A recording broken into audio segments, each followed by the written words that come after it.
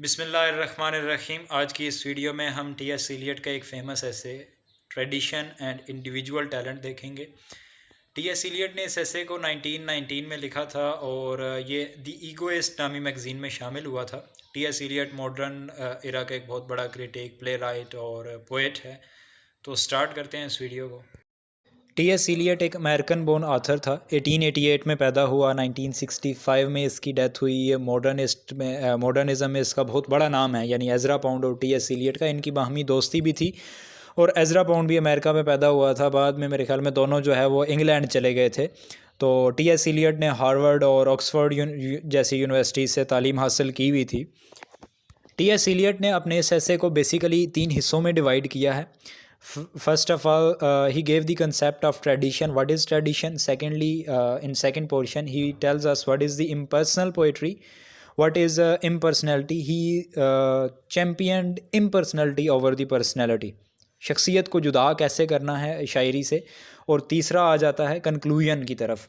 तो बेसिकली ये 3 हिस्सों में डिवाइड किया है। जनरल मैं कुछ चीज़ें बता दूं जिसमें आपको समझ आ जाएगी कि ये कैसे है, यानी इन पोर्शंस को तफसील से हम बाद में करेंगे। पहले मैं एक मुख्तसर सा कंक्लूजन सा बता दूं कि क्या रहा है इसमें। टी.एस. इलियट को छोड़ के अगर हम देखें वैसे इंग्लिश ट्रेडिशन या कोई भी किसी भी तारीख़ को उठा के देखें तो जो एक इरा चल रहा होता है, नया आने वाला इरा, उस पुराने के ख़िलाफ़ एक बगावत होती है। यानी आप देखें जो रोमांटिसिज्म आया था, तो रोमांटिसिज्म जो उससे पीछे क्लासिसिज्म चल रही थी, नियो क्लासिकल एज, उसके ख़िलाफ़ बगावत थी। क्लासिकल पोइट जो है वो बड़ी कम्प्लेक्स लैंग्वेज यूज़ करना चाहते थे। जो उसके बाद हमारा आता है रोमांटिसिज्म, उसमें बड़ी सिंपल लैंग्वेज यूज़ की गई, दूसरी चीज़ों की तरफ तवज्जो दी गई। इसी तरह रोमांटिसिज्म के ख़िलाफ़ बगावत होती है मॉडर्निज़म में। तो ये आप देखेंगे उस ट्रेडिशन के ख़िलाफ़, यानी वो जो रोमांटिसिज्म में कुछ बातें की गई थी पोइट्री के मतलब, तो यहाँ पे उन बातों की तरदीद देखेंगे आप। तो पोइट्री के मतलब जो डेफिनेशन दी थी हमें वर्ड्सवर्थ साहब ने, वो ये थी कि poetry is overflow of powerful feelings recollected in tranquillity. तो ये इसके ख़िलाफ़ आपको बात करता हुआ नज़र आएगा। ऐसे में वो ये कहता है कि ट्रेडिशन जो है उसकी बेस पे आप इंडिविजुअलिटी कायम कर सकते हैं। यानी आपको अगर इंडिविजुअल होना है तो उसके लिए बाकायदा एक ट्रेडिशन की ज़रूरत पड़ेगी। इंडिविजुअल टैलेंट उस ट्रेडिशन पे डिपेंड कर रहा होता है और उस ट्रेडिशन में हिस्टोरिकल टाइमलेसनेस होती है। वो सारी ट्रेडिशन एक यूनिटी के तौर पे मौजूद होती है। फिर ये कि आप जो पोइट्री कर रहे हैं वो इम्पर्सनल होनी चाहिए। एक तो ये कि यानी ट्रेडिशन में अगर आपने इंडिविजुअलिटी बरकरार रखनी है तो आप उस पूरी ट्रेडिशन का मुताला कर रहे हो, आप उस पूरी यूनिटी से वाकिफ़ हों, यानी आगे बढ़ने के लिए आपको पीछे वाला इल्म होना चाहिए। इंडिविजुअल होने के लिए आपको ट्रेडिशन से कहीं ना कहीं कंसर्न होना पड़ेगा। और फिर ये कि आपकी पोइट्री जो है वो इम्पर्सनल होनी चाहिए। उसमें पर्सनल जो इमोशंस हैं उनमें आवाम को इंटरेस्ट नहीं होती पोइट के, जबकि पोइट्री में इंटरेस्ट होती है। यानी आपके पर्सनल इमोशंस और सर्कमस्टांसेस अगर इन्वॉल्व हों भी तो वो इस तरह से हों कि आपका पर्सनल एक्सपीरियंस जो है वो इम्पर्सनल पोइट्री के तौर पर वजूद है। ज़ाहिर है इंसान दुनिया को अपनी एक्सपीरियंस की जो अदसा होता है, शीशा होता है, उसकी नज़र से दुनिया को देख रहा होता है। तो जब वो इस तरह देखेगा और पोइट्री लिखेगा तो उसमें पर्सनैलिटी की कहीं ना कहीं तो झलक नज़र आएगी। लेकिन उस पर्सनल एक्सपीरियंस को इम्पर्सनल पोइट्री में कन्वर्ट करना होता है। और फिर ये बात करता है ट्रेडिशनली मॉडर्न होने की। यानी एक तरफ तो आप ट्रेडिशन, ये बात अपने आप में सेल्फ कंट्राडिक्टरी हमें नज़र आती है, पैराडॉक्स नज़र आता है कि ट्रेडिशनली मॉडर्न कैसे होना है। तो चंद मैं मिसालें देता हूँ, ये ऐसे में से नहीं है, ये इसलिए हैं ताकि आप समझ सकें। ट्रेडिशनली मॉडर्न होने का मतलब यह है कि शेक्सपियर को आप देखें तो वो ट्रेडिशन में आ जाता है। यानी इंग्लिश ट्रेडिशन में शेक्सपियर का बहुत बड़ा नाम है, तो लेकिन उसको टाइमलेस पोएट माना जाता है। आई थिंक उसका जो सेकंड फोलियो पब्लिश हुआ था, या सेकंड ही था आई थिंक, क्योंकि बेन जॉनसन तब जिंदा था और उसने लिखा था कि not for age but for all times. तो शेक्सपियर के मतलब ये अल्फाज थे। तो मीन्स कि शेक्सपियर जो है वो अब के दौर के लिए भी इसी तरह वैलिड है जिस तरह वो एलिजाबेथन और जैकोबियन एज के लिए था। और अब के मसाइल पे भी इसी तरह मीन्स कि उसकी पोइट्री और लाइंस फिट आती हैं जिस तरह की जैकोबियन इरा में आती थी। उसने मतलब कि मॉडर्न भी है और ट्रेडिशन में हम देखें तो उसने अपने इरा यानी जैकोबियन में भी था। और जब क्वीन एलिजाबेथ जाती है 1605 आई थिंक 1604 वहाँ पे करके, तो उस इरा के जो पॉलिटिकल और सोशल इश्यूज़ और एटीट्यूड हैं वो उसकी हमें पोइट्री और लाइंस में नज़र आता है प्ले की। तो कहना ये चाह रहा हूँ कि यानी पर्सनल हमारे लिए इम्पोर्टेंट नहीं होता, उस पर्सन की पोइट्री इम्पोर्टेंट होती है। एक तो ट्रेडिशनल मॉडर्न होने के बाद की, दूसरा ये कि आप देखें कि होमर हमारे लिए इतना इंपॉर्टेंट नहीं है जितना उसके वर्क इलियड और ओडिसी हमारे लिए इंपॉर्टेंस हैं।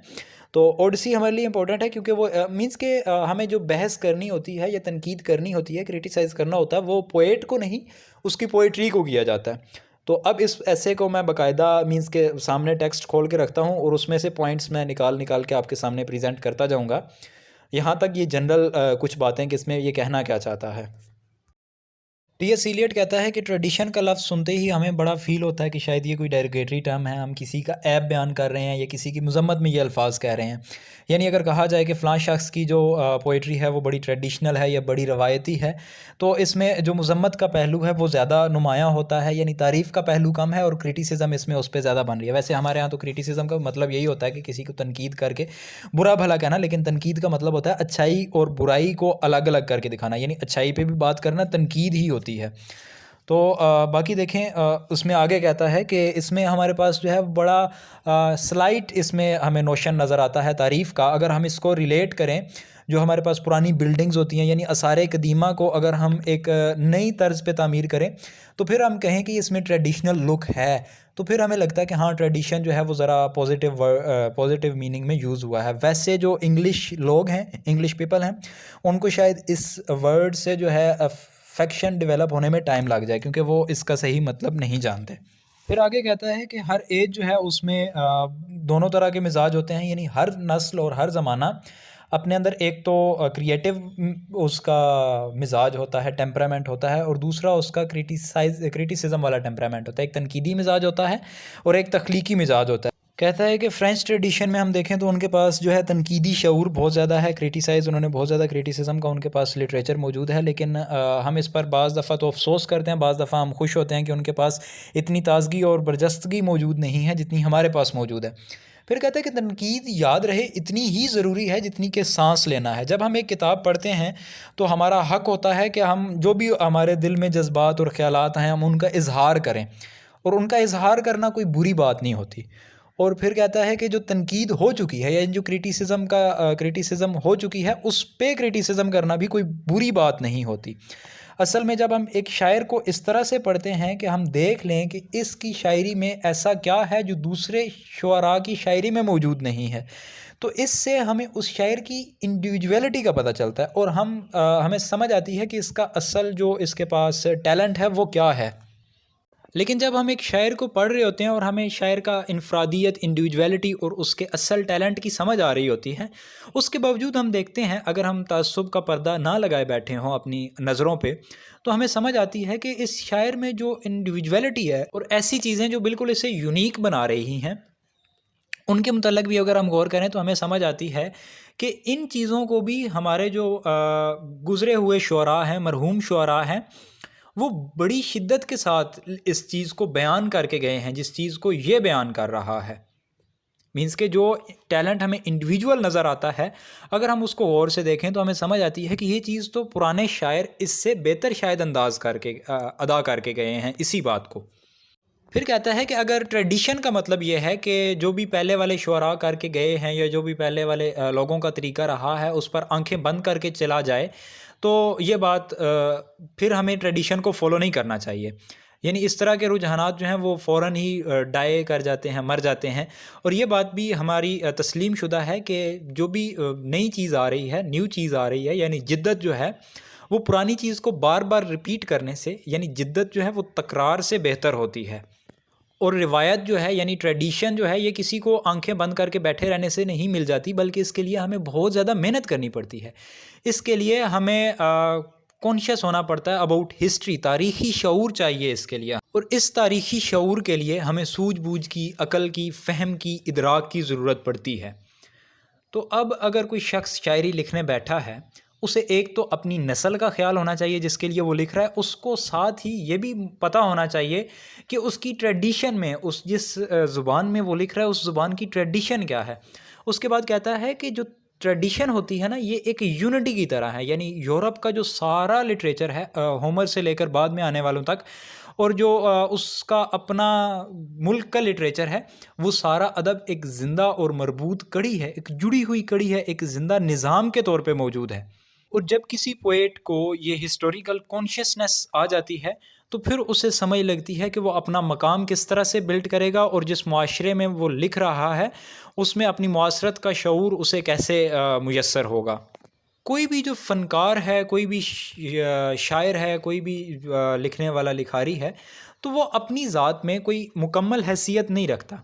उसकी बड़ाई जो है वो इस चीज़ में पोशीदा होती है कि उसका पुराने आर्टिस्ट के साथ क्या रिश्ता है, क्या ताल्लुक़ है, और ये ताल्लुक़ जितना गहरा होगा वो उतना ही अच्छा लिख पाएगा। हमें उस शायर का या उस आर्टिस्ट का जो उससे पहले आर्टिस्ट गुज़र चुके हैं उनके साथ हमें कंपैरिज़न और कंट्रास्ट करना होता है। और मैं इस कंपैरिज़न और कंट्रास्ट को, यानी मैं से मुराद यहाँ मैं टी.एस. एलियट ले रहा हूँ, और मैं इस कंपैरिज़न और कंट्रास्ट को सिर्फ क्रिटिसिज्म का ही रूल नहीं बल्कि एस्थेटिक्स का भी एक रूल समझता हूँ। और जब भी कोई एक नया फ़न पारा तख्लीक किया जाता है, जबकि भी कोई एक नया पीस ऑफ आर्ट वजूद में आता है, तो वो अपने वजूद में आने से पहले, उससे पहले एक पीस ऑफ आर्ट्स का एक बाकायदा निज़ाम मौजूद होता है और वो निज़ाम उसके वजूद में आने से पहले मुकम्मल होता है। लेकिन जब एक नया पीस ऑफ आर्ट वजूद में आता है तो वो पहले से मौजूद निज़ाम में दाखिल होने के बायस उस निज़ाम का एक हिस्सा बन जाता है और उस पूरे निज़ाम में, यानी पीस ऑफ आर्ट्स का जो एक मुकायदा मरबूत और यूनिटी वाला निज़ाम मौजूद होता है, उस निज़ाम में, मैं दोबारा से सारी बात करता हूँ, शायद कम्प्लेक्स हो गई है, यानी पहले से पीस ऑफ आर्ट्स का एक निज़ाम मौजूद होता है। नया जब भी कोई फ़न पारा तख्लीक होता है, कोई भी पीस ऑफ आर्ट वजूद में आता है, तो वो उस निज़ाम में, उस सिस्टम में दाखिल होने से पहले वो सिस्टम सारा कंप्लीट होता है। लेकिन जब ही ये क्रिएट हो जाता है तो फिर इसके बगैर वो सिस्टम नामुकम्मल होता है और इसके सिस्टम में दाखिल होने से उस सिस्टम में कोई ना कोई तब्दीली ज़रूर आती है। ख़्वाह वो तब्दीली कितनी ही छोटी क्यों ना हो, लेकिन इसके दाखिल होने से तब्दीली ज़रूर आती है। और ये बात कि माज़ी जो है वो हमारे हाल को मुतय्यन कर रहा होता है, इसी तरह हमारा जो प्रेजेंट है ये हमारे पास्ट को भी चेंज कर रहा होता है और डिटरमाइन कर रहा होता है। और एक शायर जब लिख रहा है तो उसको ये बात याद रखनी चाहिए कि उसकी भी जो भी तख्लीक है, उसकी जो भी क्रिएटिविटी है, उसको पास्ट के स्टैंडर्ड से जज किया जाएगा। अब जज करने का यानी परखने का ये मतलब मैं नहीं ले रहा कि उसको काटा जाए, उसको कता बुरीद किया जाए, उसकी खामियां निकाली जाएं, या परखने का ये भी मतलब नहीं है कि हम देखें कि वो माजी के शायरों से बेहतर है, बराबर है या बदतर है, ये चीज़ भी नहीं देखी जाएगी। और ना ही हम उसमें ये देखेंगे, यानी जो भी नई चीज़ क्रिएट हुई है उसको पुराने असूलों से देखेंगे तो सही, लेकिन ये नहीं देखेंगे कि पुराने जो हमारे क्रिटिक्स गुजर चुके हैं, जो नाकदीन, उर्दू में इसकी तर्जमा होता है नाकिद, तो हमारे जो नाकदीन गुजर चुके हैं उन्होंने जो रूल्स इस्टेब्लिश किए थे, उन रूल्स की लाइट में भी हम उस चीज़ को नहीं देखेंगे। ठीक हो गया, हम जस्ट उस पीस ऑफ आर्ट को एज इट इज़ देखेंगे और दूसरी चीज़ों से उसे नापा और तोला जाएगा। यानी एक पीस ऑफ आर्ट में जो भी ट्रेडिशन है उससे उसका रिश्ता ज़रूर होना चाहिए, कोई ना कोई पेवंद, कोई ना कोई मुताबिकत, एसोसिएशन उसमें ज़रूर होनी चाहिए और उसमें अपनी इनफरादियत भी होनी चाहिए। यानी एक तो उसका पास्ट की ट्रेडिशन के साथ रिलेशन होना चाहिए, दूसरा उसमें अपनी इनफरादियत भी मौजूद होनी चाहिए। माजी के साथ, ट्रेडिशन के साथ जो पोएट की एसोसिएशन और लिंक है उसको वाज़े करने के लिए मैं चंद मिसालें देता हूँ। मैं से मुराद फिर टी.एस. एलियट ही है। तो उसको वाज़े करने के लिए वो कहता है कि माजी पास्ट कोई रोलिंग स्टोन नहीं है जो गुज़र चुका, यानी उसको एक पत्थर समझकर कबूल नहीं किया जाना चाहिए। ना ही अपनी ज़ात को, अपनी ज़ात की जो तामीर है उसको इस तरह से की जाए कि वो सिर्फ़ एक दो पसंदीदगियों पर मुनहसर हो।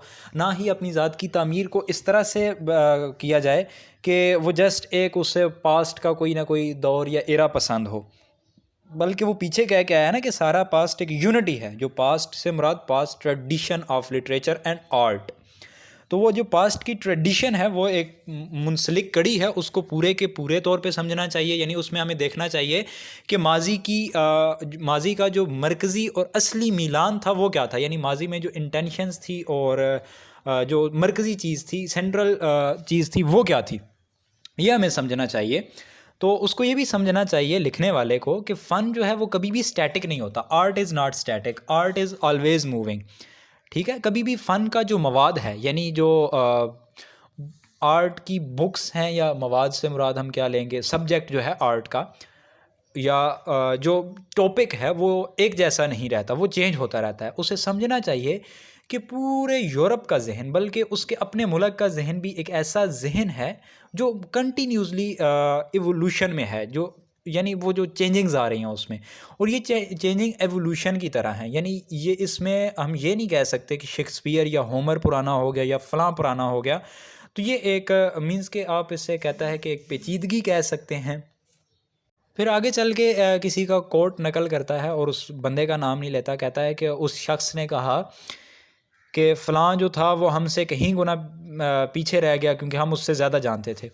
तो टी एस इलियट कहता है कि आपकी जो इल्मियत है, जो नॉलेज है, ये शायराना एहसासात जो हैं या शायराना इंटेलेक्ट है, उसको असरअंदाज कर रही होती है, उसको मदहम कर देती है या रोक देती है ज़्यादा इल्मियत का होना।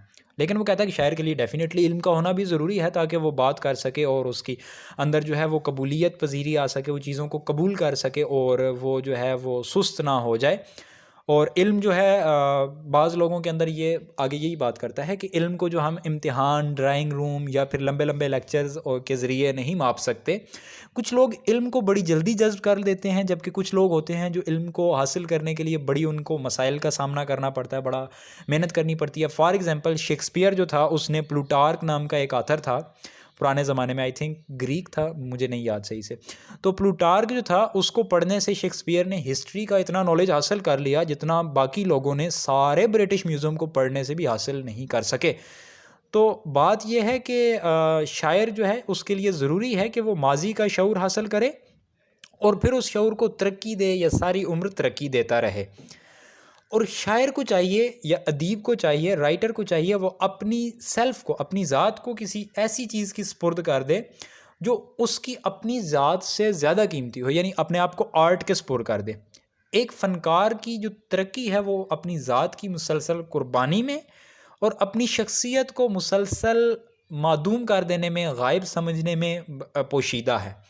शख्सियत को मिटाने के अमल से अब आगे तारीफ़ करना शुरू करता है, जिससे हम सेकंड वीडियो में देखेंगे। यानी अब दूसरा और तीसरा पार्ट हम सेकंड में देखेंगे। तो मिलते हैं नेक्स्ट वीडियो में, तब तक के लिए अल्लाह हाफ़िज़। सलामत रहें, खुश रहें, आबाद रहें।